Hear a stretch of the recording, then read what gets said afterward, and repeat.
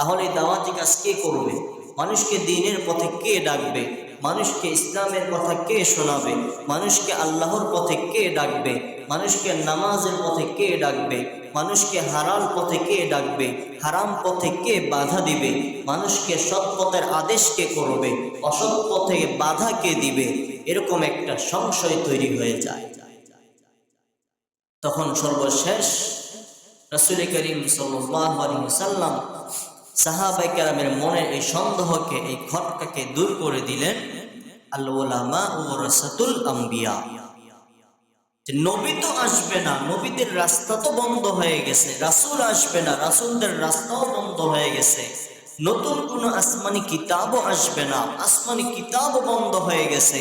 কিন্তু আল্লাহ তাআলা এই যুগে যুগে কোরআন শিখনেওয়ালা, আমি রাসূলের হাদিসকে শিখনেওয়ালা বহু উলামায়ে কেরাম দুনিয়াতে আসবে, বহু আলেম মানুষ আসবে, তারা কোরআন হাদিস শিখবে। এবং আমি এই নবীওয়ালা দায়িত্ব, এই রাসূলদের দায়িত্ব, নবীওয়ালা দায়িত্ব উলামায়ে কেরামকে দিয়ে দিলাম। আমি নবীর মৃত্যুর পর যারা কোরআন বুকে ধারণ করবে, যারা কোরআনের জ্ঞান শিখবে, যারা রাসূলের হাদিস শিখবে, আমি রাসূলের আদর্শ যারা বুকে লালন করবে, তারা মানুষকে নামাজের পথে ডাকবে, তারা মানুষকে কোরআনের পথে ডাকবে, তারা মানুষকে হালাল পথে ডাকবে, তারা মানুষকে সৎ পথে ডাকবে, তারা মানুষকে হারাম পথ থেকে বাধা দিবে, তারাই মানুষকে অন্যায় পথ থেকে বাধা দিবে, তারাই মানুষকে সৎ এবং অন্যায়ের মাঝে পার্থক্য করে দিবে। নবীজি সর্বশেষ বিদায়ী ভাষণ, মৃত্যুর আগে বিদায় হজের মধ্যে ভাষণ দিয়ে নবীজি বলেন, বাল্লিগু আন্নি ওয়ালাউ আয়া, বাল্লিগু তোমরা পৌঁছিয়ে দাও, ওয়ালাউ আয়াত যদিও একটা আয়াত হয়। যারা উপস্থিত আছে সবার উদ্দেশ্যে নবীজি বলেছেন, উম্মতে মুহাম্মাদি সবাইকে আমি ঘোষণা করে জানাই দিলাম, তোমরা যে যতটুকু জানো সে ততটুকুই অপর ভাইয়ের কাছে পৌঁছায় দাও। এমন বহু সাহাবী আছেন যারা রাসূলের মুখ থেকে হাজার হাজার হাদিস শুনেছেন, তারাও জাতির সম্মুখে হাজার হাজার হাদিস পৌঁছে দিয়েছে। আবার কেউ ৫টা ১০টা হাদিস শুনেছেন, তারা ৫টা ১০টাই বর্ণনা করেছেন। কারণ রাসূলের কথা বেশি জানতে হবে ওরকমটা নয়, যে যতটুকু জানো, যে যতটুকু পারো অপর ভাইকে সংশোধন করো, যে যতটুকু জানো অপর ভাইকে জানিয়ে দাও। এটাই হলো উম্মতে মুহাম্মাদির মাথায় নবীর দেওয়া সবচাইতে বড় দায়িত্ব। কিন্তু আমাদের সমাজে এই কাজটা সবার পিছনে চলে গেছে। দেখা যায় তাবলীগের মধ্যে মানুষ কয়জন? মসজিদে মসজিদে ৫ জন ১০ জন মানুষকে তাবলীগ করে, মানুষকে দ্বীনের পথে দাওয়াত দেয়, মানুষকে দ্বীনের পথে ডাকে। অথচ নবী দাওয়াত দিয়েছেন, সাহাবায়ে কেরাম দাওয়াত দিয়েছেন, নবীজি ঘোষণা করেছেন, বাল্লিগু আন্নি ওয়ালাউ আয়া, যেটুকু জানো সেটুকু পৌঁছে দাও। বলেন তো, নামাজ পড়তে হবে ফরজ, এটা জানি না কয়জন? সবাই তো জানি, তাই না? কিন্তু বুকে হাত দিয়ে বলেন তো, আজ পর্যন্ত কয়জনকে নামাজের পথে দাওয়াত দিয়েছেন? বলতে পারবেন? প্রতিদিন ৫ ওয়াক্ত নামাজ, কানে আওয়াজ যাচ্ছে হাইয়া আলাস সালাহ, কয়বার বলেছেন বন্ধু চলো নামাজ পড়ে আসি? বলবেন হুজুর নিজেই তো পড়ি না, আরেকজনকে কি বলবো? শয়তান তো আমার কাঁধেই থাকে ৪টা, আরেকজনকে কেমনে বলবো চলো নামাজ পড়তে যাই? তো বড় আফসোস। এক তো জানি, জেনেও আমল করি না, এক গুনাহ। দ্বিতীয়ত জানতেছি নামাজ না পড়লে গুনাহ হবে, আরেক ভাই পড়তেছে না, তাকে দাওয়াত দিচ্ছি না, সেটা আরেক পাপ। অথচ রাসূলুল্লাহ সাল্লাল্লাহু আলাইহি ওয়াসাল্লাম এই দাওয়াতের কাজ করতে গেলে নিজের দান্দান মোবারক শহীদ হইল, গা থেকে রক্ত ঝরল, মুখের ভিতরে লোহার রড ঢুকে গেল, তারপরও দাওয়াতের কাজ ছাড়েন নাই।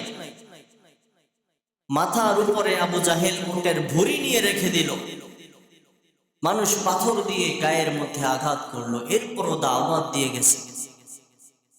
সাহাবায়ে কেরাম দিনের পর দিন কষ্ট করেছেন, তবু দাওয়াতের কাজ ছাড়েন নাই। দেশ থেকে বিদেশে চলে গেছেন, বিভিন্ন দেশে গিয়ে পর্যন্ত দ্বীনের দাওয়াতের কাজ করেছেন। এই জন্য সৌদিতে গেলে সব সাহাবায়ে কেরামের কবর বা মাজার খুঁজে পাওয়া যায় না। যারা সৌদি আরবে হজ করতে গেছেন তারা জানেন কি করা যায় না। সবার জান্নাতুল বাকির মধ্যে সবার লাশ খুঁজে পাওয়া যায় না, অথচ বড় বড় সাহাবী তাদের লাশ নাই, তাদের কবর নাই, মাজার নাই। কোথায়? ওই যে নবী চলে যাওয়ার পর তারা নিজে দায়িত্ব গ্রহণ করেছে যে নবী নাই, নবীওয়ালা দায়িত্ব আমার। নবী নাই, কোরআন এখানে থমকে থাকবে না, এই কোরআনকে সারা বিশ্বময় ছড়িয়ে দেওয়ার দায়িত্ব আমাদের। সাহাবায়ে কেরাম গাট্টি গোল করে ব্যাগ বুক নিয়ে মাথায় রওনা হয়ে গেছে, দূর দূর দেশে চলে গেছেন দাওয়াতের কাজে। জীবনের শেষ নিঃশ্বাস পর্যন্ত এই দাওয়াতের কাজ করেছেন, ইসলামের প্রচার প্রসার করেছেন। দেখা গেছে ইসলামের প্রচার করতে করতে এক সময় সেখানেই তার মরণ হয়ে গেছে। বহু সাহাবীর লাশ পাওয়া যায় মিশরে, বহু সাহাবীর লাশ পাওয়া যায় আফ্রিকাতে, আবার কিছু সাহাবীর লাশ পাওয়া যায় এশিয়াতে, বিভিন্ন দেশে। তিনারা সেখান থেকে এসে তো মুসলমান হননি, সবার বাড়ি প্রায় সৌদি আরবে, কিন্তু ইসলামের প্রচারের জন্য, ইসলামের দাওয়াতের জন্য, মানুষকে দ্বীন শিখানোর জন্য বিভিন্ন সময় বিভিন্ন দেশে চলে গেছে, সেখানেই মরণ হয়ে গেছে। আর আমরা নিজেরা তো জানতেছি, তারপরেও আমল করি না। তিনারা জানতেন, আমল করতেন, অপরকে জানাইতেন, কিন্তু আমরা নিজেরা জানি কিন্তু আমলও করি না, অপরকে জানাইও না, অপরকে দাওয়াতও দেই না। আবার বলি আমরা মুসলমান। আল্লাহ পাক কোরআনের ভিতরে এই দাওয়াতি কাজ, মানুষকে দ্বীন প্রচার করা, এটা যে কতটা গুরুত্বপূর্ণ, কতটা মহৎ কাজ আল্লাহ নিজেই কোরআনে এর ঘোষণা দিয়েছে। সাহাবায়ে কেরাম কাফেরদের কাছে দাওয়াত নিয়ে গেলে মার খেতে হইতো। নবীজি দাওয়াত নিয়ে যাইতেন, কাফেররা পাগল বলে গালি দিত, পাথর দিয়ে নিক্ষেপ করত গায়ের মধ্যে। কিন্তু আপনি আমি যদি আমার বন্ধুকে নামাজের কথা বলি, সে কি আমাকে থাপ্পড় দিবে? আমার ভাই নামাজ পড়ে না, তাকে যদি বলি চলো মসজিদে যাই, সে কি আমাকে লাঠি দিয়ে পিটাবে?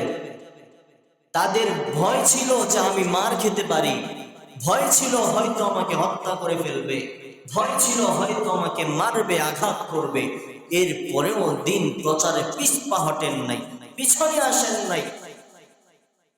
কিন্তু আমরা জানতেছি কোনো ভয় নাই, নির্ভয়ে দ্বীন প্রচার করতে পারি, তারপরও প্রচার করি না, তারপরেও বলি না।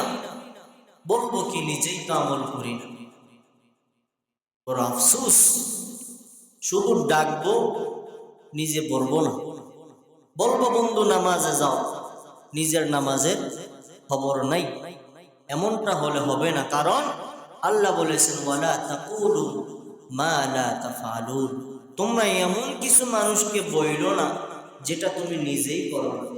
নিজেই নামাজ পড়ো না, তো আরেকজনকে নামাজের কথা বলা দরকার নাই। আগে নিজে পড়ো, নিজে সংশোধন হও, তখন তুমি আরেকজনকে বললে পরে সে তোমার কথায় আসর করবে, আসবে নামাজে। এখন যদি বলবে বেটা তুই তো বলস না, আমাকে কি বলস? ভাই সুদ খেও না, বেটা তুই তো সুদ খাস, আমাকে কি বলস? ভাই সিগারেট খেও না, আরে বাবা তুমি তো সিগারেট খাও, তোমার বাবাও সিগারেট খায়, তুমি আমাকে সিগারেট খাইতে বাধা দাও কোন বিভাগে? বলবেন? আগে নিজে সৎ হতে হবে, নিজে সৎ পথে আসা লাগবে, এরপরে মানুষকে সৎ পথে আহ্বান করা লাগবে। আল্লাহ বলেন ওয়ামান আহসানা কওলা, এর চাইতে দামি কোনো কথা হইতে পারে না। ওয়ামান আহসানা কওলাম মিম্মান দাআ ইলাল্লাহ, যেই ব্যক্তি আল্লাহর পথে ডাকতে যাইয়া মুখের কথা বের করে, ওই কথার চাইতে দামি কোনো কথা হইতে পারে না। আল্লাহ বলেন ও আমিলা সলিহা, এবং ওই বান্দা নেক আমল করবে। ওয়াকালা, এবং বলবে ইন্নানি আনা মিনাল মুসলিমিন, আমি মুসলমানদের অন্তর্ভুক্ত।